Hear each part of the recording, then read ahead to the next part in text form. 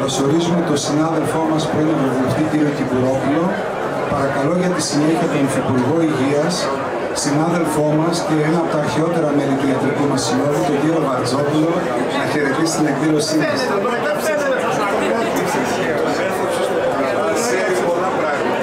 Και βουλευτή Θεσσαλονίκης, έτσι. Θα μην ξεχνόμαστε, αλλά βλέπεις από τη Δήμαρχε ότι δυστυχώς δεν είσαι ο μόνος που συμπληρώνεις 50 χρόνια. Φίλες και φίλοι, αυτά τα 50 χρόνια ως μέλος του Ιατρικού Συλλόγου Θεσσαλονίκης, ένα πράγμα μπορώ να πω, ότι αυτό που λέει και ο πρόεδρος, ο δικός μας και ο πρόεδρος του Πανελληνίου, ότι είμαστε ένας από τους καλύτερους συλλόγους της χώρας, το βλέπουμε κάθε χρόνο και το βλέπουμε καθημερινώς.